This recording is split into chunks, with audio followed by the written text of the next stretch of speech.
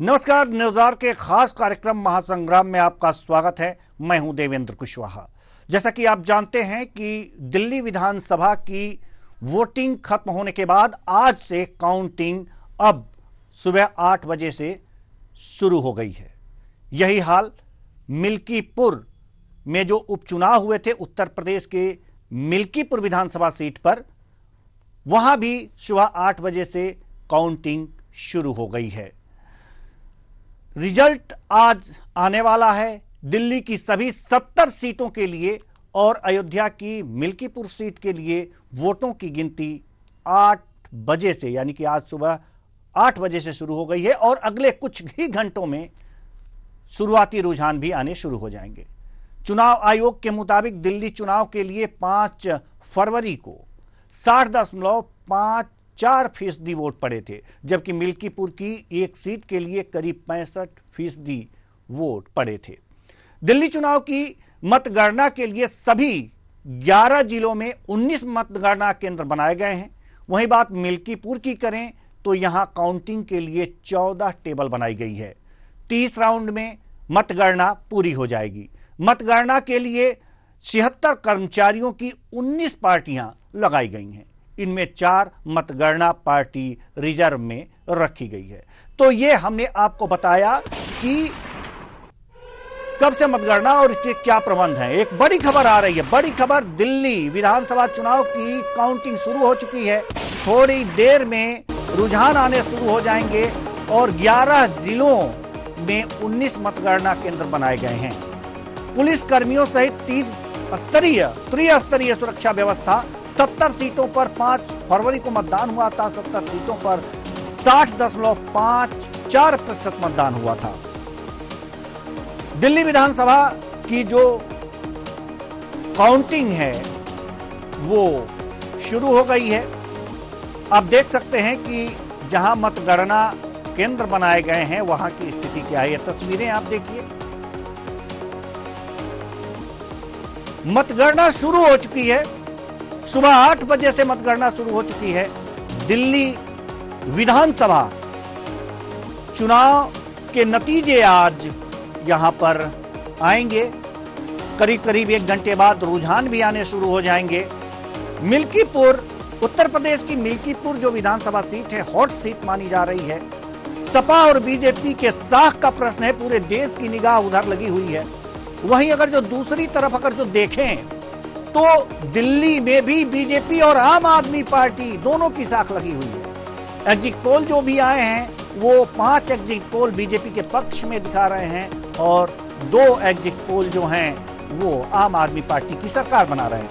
लेकिन अब सरकार किसकी बनती है, ये नतीजों का दिन है आज। और नतीजों के दिन में आज महासंग्राम के बाद गद्दी पर कौन बैठेगा, ये सबसे बड़ी बात है। एक और बड़ी खबर आ रही है दिल्ली से ही। एक बड़ी खबर आपको बताएं, माफ कीजिएगा, अयोध्या से आ रही मिल्कीपुर विधानसभा सीट के लिए काउंटिंग शुरू हो चुकी है। सुबह 8 बजे से यह काउंटिंग शुरू हुई है। अयोध्या के राजकीय इंटर कॉलेज में यह मतगणना केंद्र बना हुआ है। सुबह 9 बजे से रुझान शुरू हो जाएंगे आने। 5 फरवरी को यहां पर मिल्कीपुर में मतदान हुआ था। एक सीट पर 65.25% यहां पर मतदान हुए थे। सुरक्षा के चौकस इंतजाम हैं और ये कहा जा रहा है कि मिल्कीपुर जो है, ये जो सीट है मिल्कीपुर, इस पर पूरे देश की नजर लगी हुई है। अगर आप ग्राफ चलाना चाहें तो हम कुछ परसेंटेज भी मिल्कीपुर का बता सकते हैं कि मिल्कीपुर में कब कितने प्रतिशत मतदान हुए थे और इस बार क्या स्थिति रही है। अगर जो आप ग्राफ चला दें मिल्कीपुर की तो अपने जो दर्शक हैं उनको हम देखिए, ये आप देख सकते हैं कि 2017 में 58.5%, ये लाल जो रेड सिग्नल आपको दिखाई दे रहा है 2017 का है। लेकिन 2022 में 60.2% यहां पर मतदान हुआ था। वहीं अगर जो 2025 की बात करें तो 65%, यानी कि सबसे ज्यादा यहां पर मतदान हुआ है। चलिए आगे बढ़ते हैं। बात करेंगे अगर दिल्ली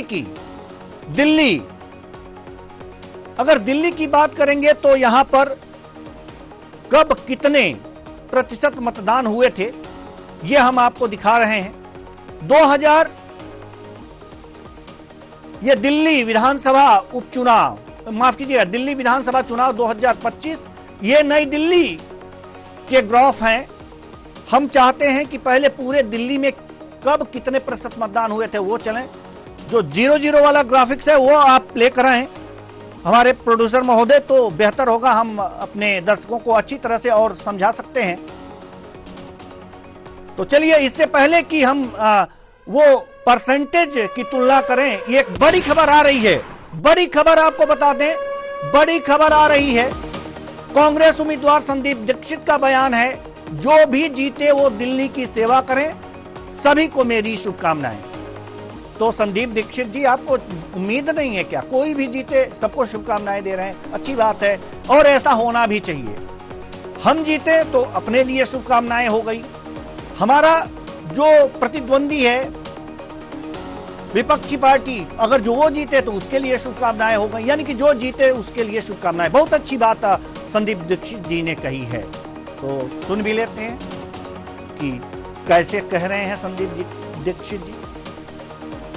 तो आइए सुनते हैं संदीप दीक्षित का बयान।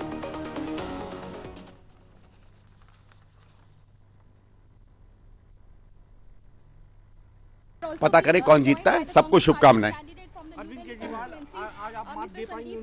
देखते हैं, अब आप 2 घंटे में पता चले। आज कोई राजनीति है, आने दीजिए, 2 घंटे में चुनाव आने दीजिए रिजल्ट। लगातार ये सवाल तो पूछे ही जा रहे हैं कि सर अभी मुझे कोई आइडिया नहीं है क्या अलायंस बनता है क्या नहीं, वो हाईकमांड तय करेगी, हम लोग नहीं तय करेंगे। अगर कोई ऐसी संभावना बनती है तो एसीबी की टीम पहुंची थी अरविंद केजरीवाल के घर, हो गया, कल रात को हो गया, आज काउंटिंग करने दीजिए। तो अभी आपने देखा कि संदीप दीक्षित ने क्या कुछ कहा है। एक और बड़ी खबर आ रही है, बड़ी खबर आपको बता दें, झंडेवालान मंदिर में बीजेपी प्रत्याशी ने दर्शन किए। मतगणना से पहले मंदिर पहुंचे दुष्यंत कुमार और इन्होंने करोल बाग विधानसभा सीट से, ये बीजेपी प्रत्याशी हैं दुष्यंत कुमार, ये झंडेवालान मंदिर में बीजेपी प्रत्याशी हैं। इन्होंने झंडेवाल मंदिर में दर्शन किए। मतगणना से पहले दुष्यंत कुमार ने मंदिर में दर्शन किया। झंडेवालान मंदिर में बीजेपी प्रत्याशी ने दर्शन किए। मतगणना से पहले मंदिर पहुंचे दुष्यंत कुमार, करोल बाग विधानसभा सीट से बीजेपी हैं उम्मीदवार। तो देखिए, और दर्शन के बाद क्या कुछ कह रहे हैं, या किस तरह से कितने दुष्यंत कुमार जी। डबल इंजन की सरकार पूरे देश में चल रही है, उसी को देखते हुए दिल्ली ने भी मन बनाया है कि दिल्ली में भी डबल इंजन की सरकार चले, भ्रष्टाचार से मुक्ति मिले, अच्छी सड़कें बने, पानी बिजली सभी सुविधाएं हमें मिलनी चाहिए। जो हमारे मौलिक अधिकार है, फंडामेंटल राइट्स है, वो यहाँ पर नहीं मिल रहे थे। भ्रष्टाचार झूठ की राजनीति चल रही थी। आज दिल्ली, उसका छुटकारा दिल्ली को मिल जाएगा। यही आशीर्वाद प्राप्त करने के लिए माता के दरबार में आए हैं और माता रानी दिल्ली वासियों के लिए भी आशीर्वाद दे रही है कि वह अच्छे वातावरण में जिएं। तो अभी आपने देखा कि दुष्यंत कुमार ने क्या कुछ कहा। एक और बड़ी खबर आ रही है, राजस्थान की उप मुख्यमंत्री दिया कुमारी का बयान आया है। दिल्ली विधानसभा चुनाव के नतीजों पर दिया कुमारी ने बोला है कि भाजपा पूर्ण बहुमत से सरकार बनाएगी। यह आकलन है, राजस्थान के उप मुख्यमंत्री दिया कुमारी का बयान आया है जयपुर से। ये दिल्ली विधानसभा चुनाव के नतीजों पर इन्होंने बयान दिया है कि भाजपा पूर्ण बहुमत की सरकार बनाएगी। लेकिन देखने वाली बात है, अब तो काउंटिंग शुरू हो गई है कि दिया कुमारी की यह भविष्यवाणी कितनी सही होती है। इस पर भी हम चर्चा करेंगे, बात करेंगे, जानने की कोशिश करेंगे कि आखिर इन्होंने क्यों कहा है। राजस्थान के उप मुख्यमंत्री दिया कुमारी का बयान आइए हम आपको सुनवाते हैं पहले कि ये क्या कह रही हैं कि भाजपा पूर्ण बहुमत से सरकार बनाएगी। भारतीय जनता पार्टी की पूर्ण बहुमत आएगी। जिस तरह से प्रधानमंत्री जी की गारंटी पे पूरी पूरे देश को विश्वास है, उसी तरह दिल्ली में भी हमारी सरकार बनना तय है। बिल्कुल भारतीय जनता पार्टी। एक और बड़ी खबर आपको बता दें, दिल्ली से एक और बड़ी खबर आ रही है।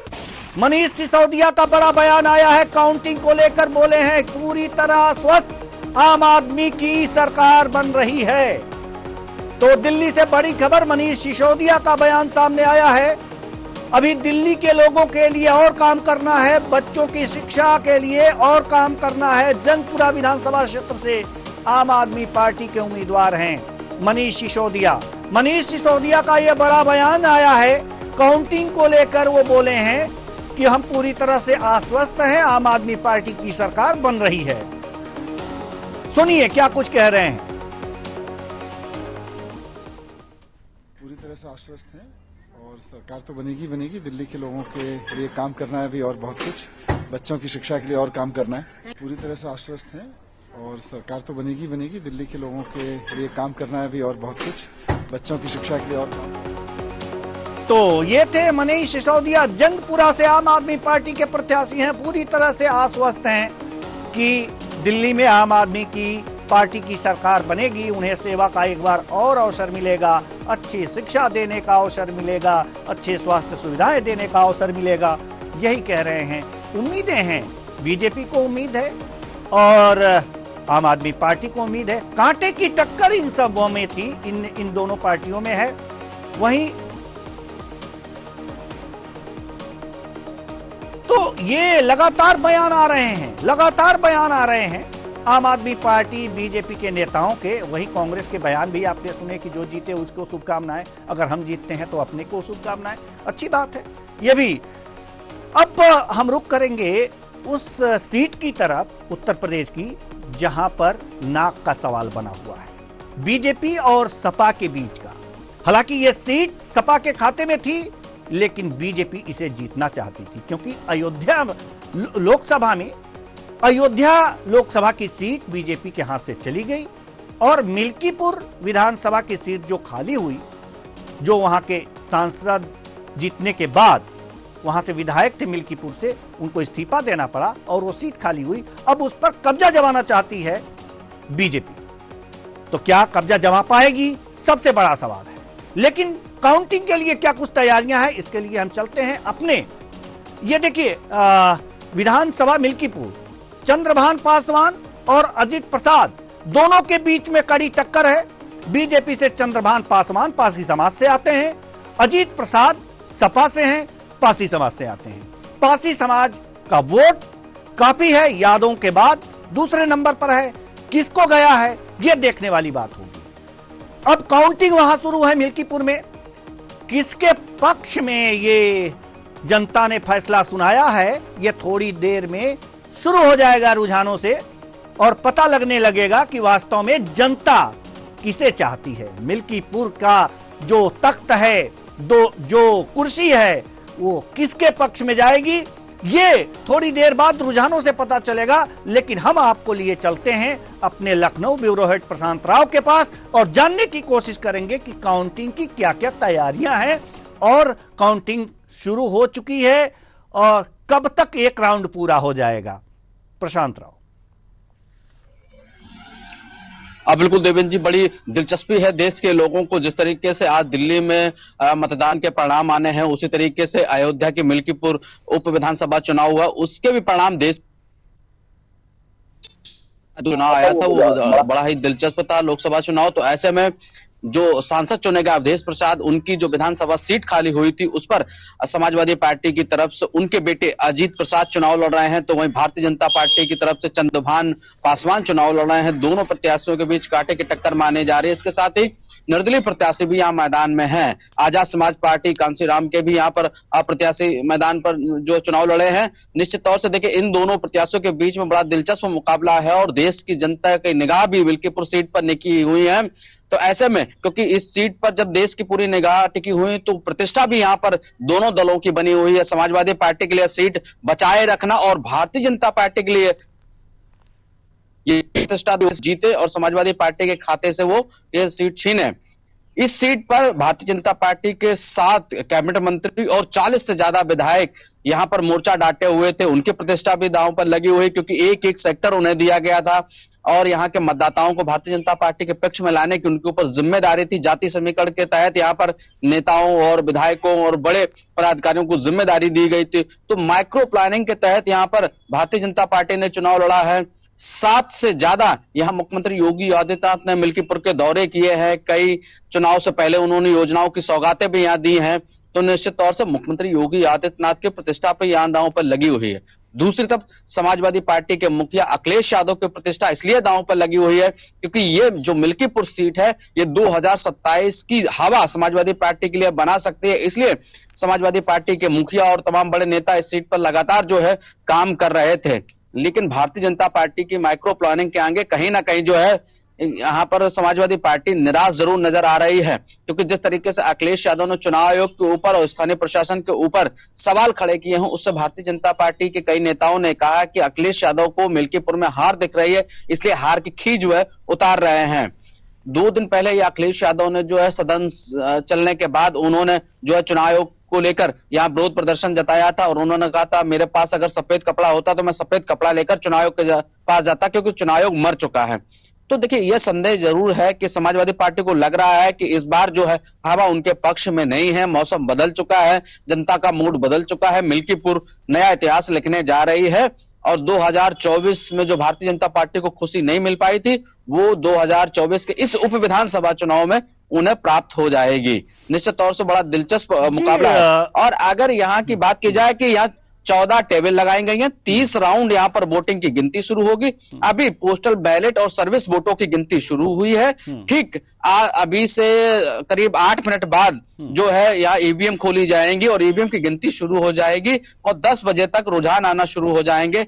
30 राउंड का मतलब 3 बजे तक सभी राउंड जो है पूरे हो जाना चाहिए और जो रुझान है वो 11 बजे से साफ तौर से साफ होने लगेगा कि आखिर में मिल्कीपुर का राजा कौन होगा, यह साफ तस्वीरें आएंगी। एक दिलचस्प सबसे महत्वपूर्ण बात थी देवेंद्र जी, इस चुनाव में महिलाओं की भूमिका पुरुष से ज्यादा रही है। 3.51% महिलाओं का वोट इस मिल्कीपुर विधानसभा में सर्वाधिक रहा है पुरुषों के मुकाबले। तो यह भी हमारे भारत के लोकतंत्र के लिए बड़े ही सुखद आंकड़े हैं, क्योंकि महिलाएं हमारी जागरूक हो रही, माताएं बहनें अगर जागरूक होंगी तो निश्चित तौर से देश की आधी आबादी है उनका पूरा सम्मान है, देवी तुल्य होती हैं और लोकतंत्र के महापर्व में वो हिस्सा ले रही हैं। तो कोई ना कोई नया इतिहास जरूर लिखा जाएगा और इतिहास को मजबूत करने में भी उनकी अहम भूमिका रहेगी। दूसरी तरफ समाजवादी पार्टी की तरफ से यह भी माना जा रहा है, क्योंकि बहुत से समाजवादी पार्टी के कार्यकर्ताओं को वोट नहीं डालने दिया गया है, तो ऐसे में यह जो वोट प्रतिशत बढ़ा है तो महिलाओं ने इसमें दिलचस्पी दिखाई है। दूसरी तरफ यह भी है कि बहुत से फर्जी वोट भी डाले गए हैं, तमाम फर्जी वोटर्स भी पकड़े गए थे। तो ऐसे में क्योंकि जो बुर्का प्रथा है, घूंघट प्रथा है, उसकी आड़ में उन लोगों के भी वोट डाले गए हैं जो लोग गांव में मौजूद नहीं थे या फिर वो वोट डालने नहीं आए, उनकी जगह कुछ अन्य लोगों ने वोट डाले। खासकर ऐसे सुविधाएं जो हैं महिला वोटर्स में ज्यादा मिलती है, क्योंकि बुर्का पहनकर या फिर साड़ी बदलकर घूंघट डालकर वोट किसी का भी डाला जा सकता है, क्योंकि कुछ मर्यादाएं होती हैं जिनको लेकर शंकाएं पैदा करना धार्मिक आस्था को आहत करने जैसा होता है। तो ऐसे में निश्चित रूप से उसका भी फायदा कहीं ना कहीं देखा गया है और इसी तरीके से जो है वोट प्रतिशत बढ़ाया गया है। समाजवादी पार्टी के नेताओं का आरोप है कि भारतीय जनता पार्टी ने फर्जी वोटिंग कराई है, मरे हुए लोगों का भी वोट डलवाया है, इसलिए ये वोट प्रतिशत की संख्या महिलाओं के रूप में यहाँ पर बढ़ी है। जी प्रशांत राव, जैसा कि आप ये कह रहे हैं, ये बता रहे हैं कि महिलाएं जो हैं भारी संख्या में निकल करके वोट की हैं, 3% जो है ज़्यादा, पुरुषों से ज़्यादा इनकी वोटिंग प्रतिशत है। तो जहाँ जहाँ देखा गया है कि महिलाएं ज़्यादा मतदान करती हैं तो उनका झुकाव एक तरफ रहता है और वो जिसे चाहती हैं उसे गद्दी सौंप देती हैं। मध्य प्रदेश की बात ले लीजिए, यहाँ पर भी यही देखा गया। लाडली बहनें जब अपने भैया को वोट देना शुरू की तो पुनः सरकार आ गई। अब वहाँ की जो बहनें हैं, जो महिलाएं हैं, माताएं हैं, उन्होंने आखिर कौन सी विशेष मुद्दे, जैसे कि मध्य प्रदेश में तो लाडली बहना योजना थी, लेकिन वहाँ कौन सी, किस मुद्दे पर उनका विशेष फोकस रहा कि इतनी भारी संख्या में महिलाएं निकल करके सामने आईं और वोटिंग की। क्या कुछ देख पाए आप पूरे चुनाव के दौरान? जो बहुत से रहे हैं। अयोध्या में अब्दुल मुईद ने जो एक पिछड़े वर्ग की बच्ची के साथ जो किया, वो भी मुद्दा यहाँ पर हावी रहा है, क्योंकि भारतीय जनता पार्टी ने और उसके साथ ही मुख्यमंत्री योगी आदित्यनाथ ने समाजवादी पार्टी के नगर अध्यक्ष अब्दुल मुईद के ऊपर जो निशाना साधा था, और उसके साथ ही जो एक मासूम बच्ची के साथ उसने जो कांड किया वो जघन्य अपराध में आता है। और हालांकि जांच चल रही है, अब्दुल मुईद जेल में है। ये सबसे महत्वपूर्ण बात यह है कि यह मुद्दा जो महिला सुरक्षा को लेकर इस चुनाव में सबसे गंभीर रहा। खासकर यह मुद्दा जो धार्मिक स्तर पर बहुत मजबूत रहा, क्योंकि मिल्कीपुर के आसपास जिस तरीके से यहाँ पर जो एक धर्म विशेष यानी मुस्लिम समाज के लोगों के द्वारा जो यहाँ हिंदू समाज की बहू बेटियों के साथ किया गया है, वो मुद्दा भारतीय जनता पार्टी ने बड़े ही मजबूती से उठाया था। और इसके साथ ही कई जनपदों के उदाहरण बनाकर यहाँ पर प्रचार किए गए थे, किस तरीके से हिंदू बहन बेटियों के साथ मुस्लिम समाजवादी पार्टी के कार्यकर्ताओं ने दुष्कर्म किए, उनके बलात्कार किए, उनके साथ बदसलूकी की, और उसके साथ ही बेटियों की हत्या की, रेप किए। यह उदाहरण बनाकर गिनाए गए। उसका भी फर्क देखा जा सकता है, और उसका फर्क यह हो सकता है कि इससे जो है यहाँ समाजवादी पार्टी को नुकसान भी हो सकता है। दूसरी तरफ समाजवादी पार्टी का यह मानना है कि जिस तरीके से उनके घर के बेटों को, उनके पति को या उनके रिश्तेदारों को पुलिस के द्वारा प्रताड़ित किया गया और समाजवादी पार्टी के पक्ष में वोट नहीं डालने दिया गया, उन्हें जेल भेजने का काम किया गया है, उनके कार्यकर्ताओं को फर्जी तरीके से मुकदमों में फंसाया गया, डराया गया, धमकाया गया, तो ऐसे में महिलाओं ने चलिए हम आपको रोकना चाहेंगे। एक बड़ी खबर आ रही है, बड़ी खबर आपको बता दें, दिल्ली से शिखा राय ने कालका जी मंदिर में पूजा अर्चना की है। कहा, मैं कालका के दरबार में आशीर्वाद लेने आई हूं। ग्रेटर कैलाश विधानसभा से प्रत्याशी है। तो बड़ी खबर आपको बता रहे हैं, शिखा राय कालका जी मंदिर में पूजा अर्चना की है। ग्रेटर कैलाश विधानसभा सीट से बीजेपी उम्मीदवार हैं। उन्होंने कहा कि मां कालका के दरबार में आई हूं। सुनिए क्या कुछ कह रही हैं शिखा राय। कालका के दरबार में आशीर्वाद लेने आई हूँ। हर शुभ कार्य आशीर्वाद से शुरू करती हूँ, और यही प्रार्थना करते हुए कि मेहनत सफल बनाएंगे। और मैं आश्वस्त हूँ जीत के प्रति, क्योंकि जनता का जो उत्साह और स्नेह इस प्रचार में मिला है, और भरपूर जो मैंने 5 तारीख को देखा कि सब वोट भाजपा के लिए मन से करने के लिए जा रहे थे, तो पूरी तरह से आश्वस्त हूँ कि ग्रेटर कैलाश की सीट भारतीय जनता पार्टी की झोली में जा रही है। तो एक और बड़ी खबर आपको बता दें, दिल्ली विधानसभा चुनाव की काउंटिंग जारी है, बैलेट की गिनती जारी है। केजरीवाल 8 सीट पीछे हैं। रुझानों में भाजपा 16 और आप 6 पर आ गए। आप देख सकते हैं ये जो टीवी स्क्रीन के नीचे ये रुझान दे रहे हैं हम दिल्ली के। मिल्कीपुर के अभी रुझान सामने नहीं आए हैं। दिल्ली विधानसभा चुनाव के रुझान सामने आ चुके हैं। काउंटिंग जारी है। भाजपा 16 पर आगे है, आम आदमी पार्टी 6 सीटों पर आगे है। आप यहां पर और अब आप देख सकते हैं कि आम आदमी 13 और बीजेपी जो है 17 सीटों पर आगे चल रही है। नए रुझानों के अनुसार, नए रुझान जो कि टीवी स्क्रीन पर आप देख सकते हैं, दिल्ली के आम आदमी पार्टी 13 पर आगे है, बीजेपी 17 पर आगे है, कांग्रेस भी 1 सीट पर आगे है। तो बड़ी खबर आपको बता दें, एक और बड़ी खबर आ रही है। दिल्ली से आप उम्मीदवार प्रवेश रतन का बड़ा बयान सामने आया है। हम अच्छे नतीजे देखने को मिलेंगे, हमें अच्छे नतीजे देखने को मिलेंगे। आम आदमी पार्टी के उम्मीदवार प्रवेश रतन का बड़ा बयान, हमें अच्छे नतीजे देखने को मिलेंगे। आप दिल्ली में भारी बहुमत से सरकार बनाएगी। लेकिन रुझान जो कह रहे हैं, आम आदमी पार्टी 13 पर आगे, बीजेपी 17 पर आगे, कांग्रेस 1 पर आगे है। आइए सुनते हैं प्रवेश रतन क्या कुछ कह रहे हैं। क्या लग रहा है, क्या होने वाला है? बढ़िया रिजल्ट आएगा और अच्छे उससे जीतेंगे हम सब। और आपकी सीट पर आपको क्या लग रहा है कि आपकी टक्कर किससे है, बीजेपी से कि कांग्रेस से? देखिए, पूर्व में विधायक रह चुके हैं राजकुमार आनंद, और उनका आपको पता ही है कि कोई काम नहीं किया, तो जनता में नाराज़गी भी थी। और मैं पूरे 5 वर्ष लोगों की सेवा में लगा रहा और लोगों के बीच में रहा, तो उसका प्यार मुझे मिलेगा। और रिजल्ट के जरिए मिलेगा उसको। आम आदमी पार्टी जो है वो रिजल्ट में नजर आएगी आपको।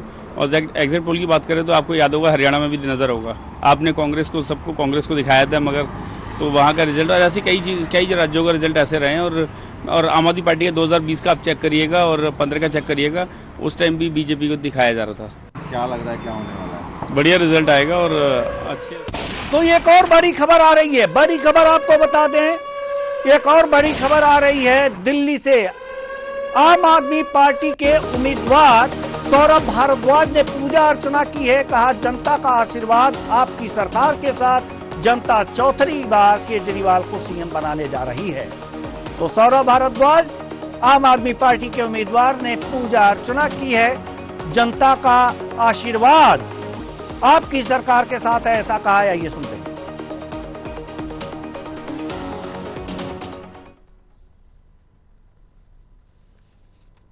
देखिए, किसी तरीके से आम आदमी पार्टी की सरकार को हटाने की कोशिश इस बार हर स्तर पे की गई है,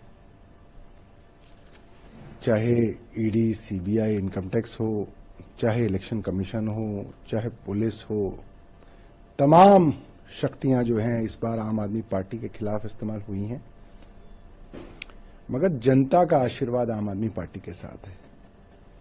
और मेरा मानना यह है कि तमाम प्रयासों के बावजूद जनता चौथी बार अरविंद केजरीवाल जी को मुख्यमंत्री बनाने जा रही है। अरविंद केजरीवाल कुछ दिन में मुख्यमंत्री की शपथ लेंगे और जगह जगह से इस तरीके की सूचनाएं आ रही हैं कि आम आदमी पार्टी कंफर्टेबली सरकार बनाएगी। कितने आश्वस्त जीत को लेकर कितनी सीटें मिलेंगी आपको? देखिए, पूरी की पूरी आश्वस्त हूं और मेरा मानना यह है कि जो सट्टा बाजार है वो भी कल रात से आम आदमी पार्टी को 44 से 45 सीटें दिखा रहा है। तो जब आदमी पैसा लगा रहा होता है तो वो जो है वो उसी पर पैसा लगाता है जहां उसको मालूम होता है कि वो जीतेगा। तो जब सट्टा बाजार भी 40-45 दे रहा है तो मैं मानता हूं कि 40-45 तो न्यूनतम सीटें हैं जो इस बार आम आदमी पार्टी की आएगी। और मैं अपने सभी कार्यकर्ताओं को कहना चाहता हूं कि वोटिंग के दौरान जिस तरह से आप चौकन्ने रहे, उसी तरीके से काउंटिंग के दौरान भी आप पूरे चौकन्ने रहेंगे और वीवीपैट की पर्चियों की गिनती कराने के बाद ही काउंटिंग स्टेशन से बाहर निकलना है। हम सब लोग आप लोगों का इंतजार करेंगे। ये मत सोचिएगा कि बाहर जश्न शुरू हो गया, आप वीवीपैट जो है छोड़ दें, वीवीपैट की काउंटिंग करा के बाहर आना है। तो आपको एक बात और बता दें कि पहले हम जो इस समय के रुझान चल रहे हैं वो अपने दर्शकों को बता दें। टीवी स्क्रीन पर जो रुझान आ रहे हैं वो हैं आम आदमी पार्टी 17 पर आगे चल रही है, बीजेपी 18 पर आगे चल रही है, कांग्रेस 1 सीट पर आगे चल रही है। ये रुझान है, ये लगातार बदल रहे हैं। अभी 13 पर आगे थी और आम आदमी पार्टी कुछ ही देर पहले, और 17 पर बीजेपी थी, लेकिन 17 का आंकड़ा आम आदमी पार्टी के पास रुझानों में पहुंच गया और बीजेपी का आंकड़ा बढ़कर 1 और सीट पर आगे हो गई है। लेकिन कांग्रेस जो की थी वो 1 सीट पर आगे है। तो बड़ी खबर आपको बता रहे हैं। तो अब एक और बड़ी खबर कि बीजेपी 24 सीटों पर आगे है, आम आदमी पार्टी, यह नया रुझान आपको हम बता रहे हैं, ये नया रुझान आपको बता रहे हैं। आम आदमी पार्टी 19 सीटों पर आगे चल रही है जबकि बीजेपी 24 सीटों पर आगे चल रही है। नए आंकड़े, लगातार रुझान हम आपको दे रहे हैं, लगातार रुझान दे रहे हैं आपको। आम आदमी पार्टी 19 सीटों पर आगे चल रही है, वहीं बीजेपी 24 सीटों पर आगे चल रही है। आम आदमी पार्टी 24 सीटों पर आगे चल रही है।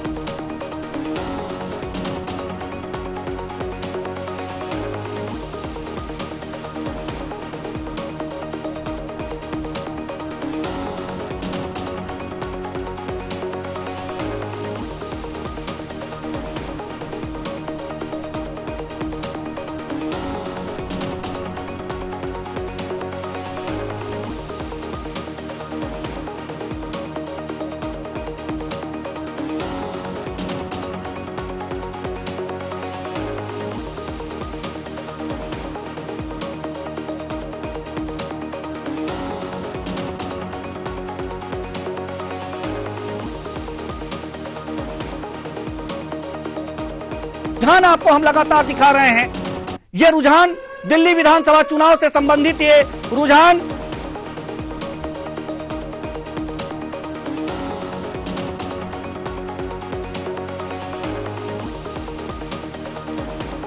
ये क्या कर रही हो यार?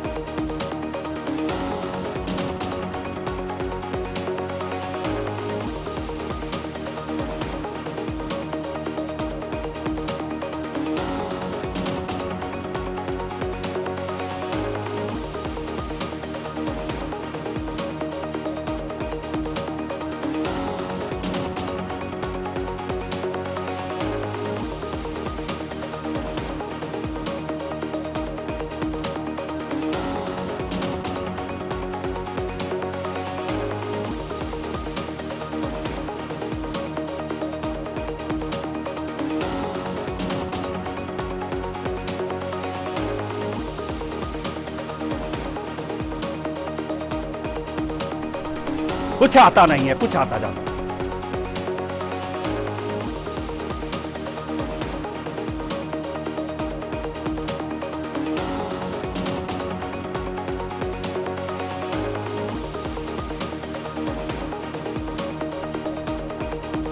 तो बड़ी खबर आपको बता रहे हैं, लगातार दिल्ली के रुझान हम आपको बता रहे हैं। आप टीवी स्क्रीन पर देख सकते हैं कि बीजेपी जो है वो 19 सीट, माफ कीजिएगा, आम आदमी पार्टी 19 सीटों पर आगे चल रही है और वहीं बीजेपी है वो 24 सीटों पर आगे चल रही है।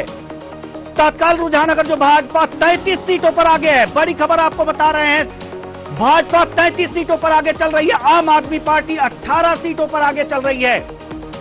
अभी तक अभी की जो खबर आई है, ताजा रुझान जो सामने आए हैं, 33 सीटों पर बीजेपी आगे चल रही है, आम आदमी पार्टी 18 सीटों पर आगे चल रही है। आप 18, भाजपा 33 आगे, भाजपा 33 सीटों पर आगे, आम आदमी पार्टी जो है 18 सीटों पर आगे चल रही है। बड़ी खबर आपको बता रहे हैं, ये ताजा रुझान हम आपको बता रहे हैं, ये ताजा रुझान। एक और बड़ी खबर आपको बता दें, भाजपा 33 सीटों पर आगे चल रही है। अगर लोअर भी अपडेट कर सके तो जरूर करें। 33 सीटों पर आगे चल रही है, भाजपा 33 सीटों पर आगे चल रही है और आम आदमी पार्टी 18 सीटों पर आगे चल रही है। भाजपा 33 सीटों पर आगे चल रही है, आम आदमी पार्टी 18 सीटों पर आगे चल रही है।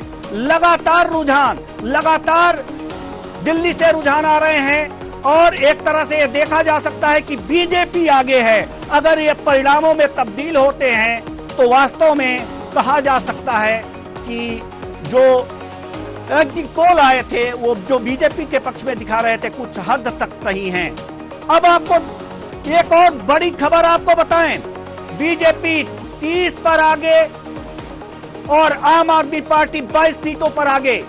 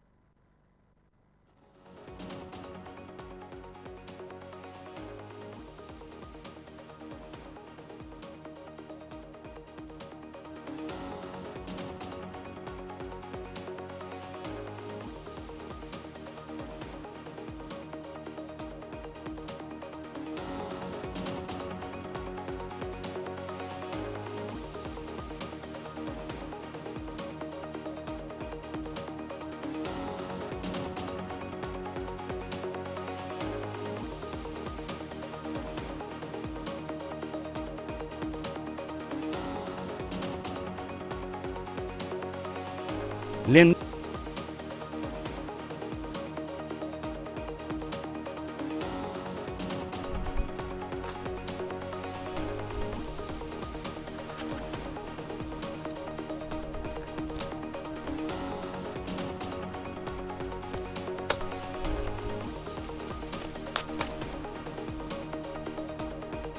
जो हमारी